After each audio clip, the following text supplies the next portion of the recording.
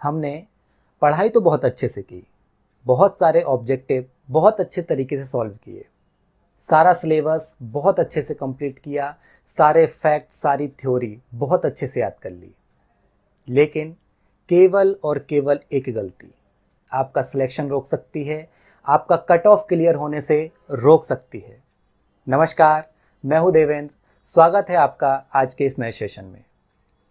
आज के सेशन में हम ये बात करेंगे कि ऐसी कौन सी गलती है जो कि सब कुछ करने के बाद भी, एग्जाम के सारे पॉइंट ऑफ व्यू को बहुत अच्छे से फॉलो करने के बाद भी हमारा सिलेक्शन रोक सकती है, हमारा कट ऑफ क्लियर होने से रोक सकती है। इसको आप एक कहानी के जरिए समझिए। आप एक राजा हैं और आपको किसी युद्ध में जाना है।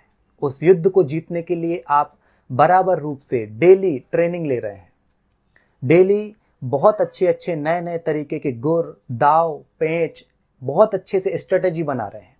लेकिन जिस दिन आपका युद्ध हुआ, उस बैटल फील्ड ग्राउंड पर आप वह रणनीति, वह बनाए हुए सारे आपके दाव पेंच वह सही तरीके से क्या नहीं कर पाए, एग्जीक्यूट नहीं कर पाए।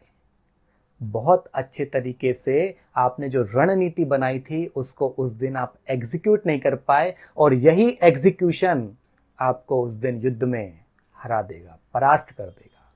सेम यही गलती एस्पिरेंट्स करते हैं कि सब कुछ बहुत अच्छे से करेंगे, पढ़ाई बहुत अच्छे से करेंगे, ऑब्जेक्टिव बहुत अच्छे से सॉल्व करेंगे, सारा सिलेबस कंप्लीट करेंगे, थ्योरी बहुत अच्छे से डायग्राम फ्लो चार्ट सिनॉप्सिस बना बना करके याद कर लेंगे। लेकिन जब एग्जाम हॉल में सही तरीके से उस नॉलेज को, उस स्ट्रेटेजी को एग्जीक्यूट नहीं कर पाएंगे तो क्या होगा?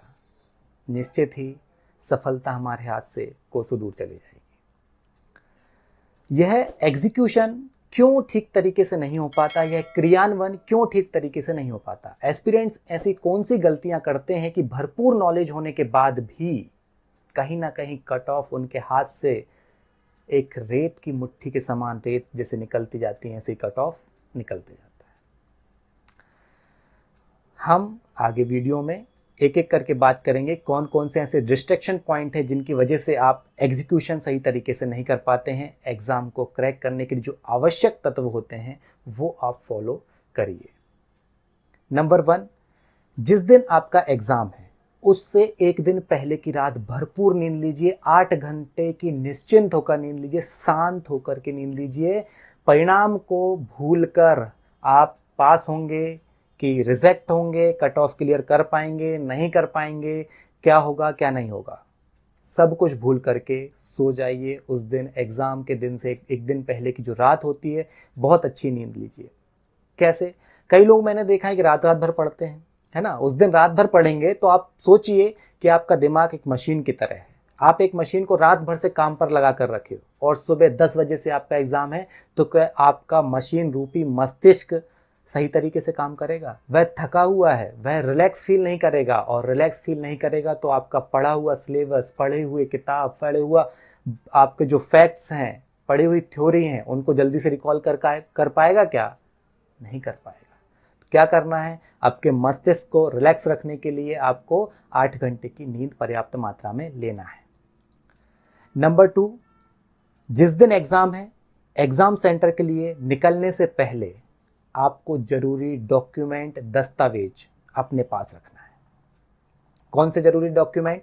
एक तो एडमिट कार्ड, एडमिट कार्ड के बाद में कोई भी एक पहचान पत्र, आइडेंटिटी कार्ड, जैसे Aadhaar card, voter ID card, passport, bank की पासबुक, ड्राइविंग लाइसेंस या फिर 10वीं की मार्कशीट। इनमें से मैं आपको सजेशन दूंगा कि कोई भी 2 आप अपने पास कैरी रखें, और जिनका पासपोर्ट साइज का फोटो आपके प्रवेश पत्र में, एडमिट कार्ड में क्लियर नहीं है, वो पासपोर्ट साइज की फोटो भी कैरी करेंगे। ठीक। इसके बाद जब आप एग्जाम सेंटर के लिए निकलेंगे तो कम से कम एग्जाम टाइम जो है, जैसे 10 बजे आपका एग्जाम शुरू होता है, तो 10 बजे से एग्जाम शुरू होने के 2 घंटे पहले आपको पहुंचना है। 8 बजे एग्जाम सेंटर पहुंच जाइए। अब कुछ लोग कहेंगे इतनी जल्दी जाके क्या करेंगे, 2 घंटे फालतू बैठना है। 2 घंटे फालतू नहीं बैठना है। यदि अगर आप जल्दी जाएंगे तो रिलैक्स करके जाएंगे, आराम आराम से जाएंगे, बढ़िया केयरफुल तरीके से जाएंगे, हड़बड़ाहट आपके मन में नहीं रहेगी। यदि अगर आप एग्जाम टाइमिंग से आधे घंटे पहले जाएंगे तो हो सकता है कि आपकी गलती ना हो, किसी और की वजह से आप हो सकता है उस दिन एग्जाम सेंटर ही ना पहुंच पाए। तो 2 घंटे पहले एग्जाम सेंटर आपको पहुंचना है, वहां जाकर के चीजें देखिए, रिलैक्स होकर के रहिए, बढ़िया से एग्जाम टाइम का इंतजार कीजिए। इसके बाद जैसे ही आप एग्जाम हॉल में जाते हैं, आपको क्या करना है। एग्जाम हॉल में 10 बजे आपका एग्जाम शुरू होता है, 10 बजे आपको पेपर दिया जाता है, उससे 10 मिनट पहले आपको OMR दी जाएगी। OMR शीट जैसे ही आपको मिलती है, उसको बहुत केयरफुली हैंडल कीजिएगा। वह किसी प्रकार से गंदी नहीं होना चाहिए, मैली नहीं होना चाहिए, धूल में नहीं गंदी होना चाहिए, धूल नहीं लगना चाहिए, ठीक। इसके बाद किसी प्रकार से वह कटना नहीं चाहिए, किसी प्रकार से फटना नहीं चाहिए, मुड़ना नहीं चाहिए, और किसी भी प्रकार से चाहे पसीने में हो चाहे पानी में हो, गीली नहीं होना चाहिए। हो सकता है कि इन गलतियों की वजह से आपके OMR रिजेक्ट हो जाए। ऑप्टिकल मार्क रिकॉग्निशन जो है, वह रीडर जो है, आपकी जो मशीन होती है, वह हो सकता है कि आपकी OMR रीड ना करे। आपकी OMR रीड नहीं होने का मतलब है OMR रिजेक्ट हो गई, और OMR रिजेक्ट का मतलब आप भली भांति जानते हैं, असफलता। आपको 10 मिनट पहले जो OMR दी जा रही है, वह OMR इसलिए दी जाती है कि ताकि आप ठीक तरीके से आपकी डिटेल फिल कर सकें। डिटेल जैसे कि रोल नंबर, आपका नाम, date of birth, centre code, ये बहुत सारी डिटेल्स होती हैं। आपको वो बहुत केयरफुली फिल करना है। OMR पर रोल नंबर बहुत केयरफुली फिल करना है। इसके बाद आपको 10 बजे पेपर दिया जाता है। 10 बजे जैसे पेपर मिलता है, आपके पेपर पर सेट नंबर लिखा होता है, set A, set B, set C या फिर सेट डी। आपको सेट नंबर अपनी OMR शीट में बहुत ध्यान से भरना है, क्योंकि यही वह एक सर्कल है जो आपके 100 क्वेश्चंस के सर्कल के अकेला बराबर है। यदि यह आपने गलत भर दिया तो समझ लीजिए कि आपकी OMR अब आपके एग्जाम देने का कोई मतलब नहीं रह गया। यदि अगर आपके पेपर पर exam set number, paper set number A है, तो आपके OMR पर सेट नंबर ए का ही सर्कल फिल कीजिएगा, ठीक। इसके बाद पेपर ओपन करके देखिए, पेपर को किस प्रकार से सॉल्व किया जाता है। यदि अगर आपको नहीं पता है तो मैंने इस पर एक कंप्लीट वीडियो बनाई हुई है, मैं आई बटन पर आपको दे दूंगा, जाकर के आप देख लीजिएगा कि पेपर को किस प्रकार से सॉल्व किया जाता है, कौन कौन सी ऐसी स्टेप हैं जिनमें आपको पेपर को सॉल्व करना चाहिए। यहाँ मैं इतना ही कहूँगा कि पेपर को आपको सॉल्व करना है तो कठिन क्वेश्चन जैसे ही आते हैं, आपको घबराना नहीं है, क्योंकि वह कठिन क्वेश्चन केवल आपके लिए कठिन नहीं है, सभी के लिए कठिन है। जितने भी सक्सेसफुल पर्सन या फिर एग्जाम में अनसक्सेसफुल पर्सन है, उनसे आप बात करेंगे तो पाएंगे कि उन्होंने एक बात ये कही थी कि उनको जो आता था, उन्हें जो प्रश्न आते थे, वह गलत नहीं करना है, उन्हीं की वजह से उनका सिलेक्शन हुआ है। और अनसक्सेसफुल पर्सन से आप मिलेंगे तो वह कहेंगे कि उन्हें जो क्वेश्चन आते थे वह उन्होंने गलत कर दिए। जो कठिन प्रश्न थे वह तो एक अलग बात है, लेकिन जो आता हुआ था वह गलत नहीं होना चाहिए, वह आपके लिए सही होना चाहिए। क्योंकि कठिन प्रश्न सभी के लिए कठिन है, लेकिन जो आता है वही आपको सिलेक्शन करवाएगा, वही क्वेश्चन आपको सिलेक्शन दिलवाएगा। जो कठिन प्रश्न है उसकी वजह से वो यदि गलत होंगे तो आपका सिलेक्शन कभी नहीं रुकेगा। ये मैं एक्सपीरियंस से कह रहा हूँ कि जिस दिन आप ये महसूस कर लेंगे कि जो सही है, जो आपको आता है, वो यदि अगर आप सही तरीके से सॉल्व कर गए तो आपका सिलेक्शन पक्का। यानी कि हमें जो कुछ भी आता है उसे हमें ठीक तरीके से ध्यान रखना है, कंफ्यूज नहीं होना है।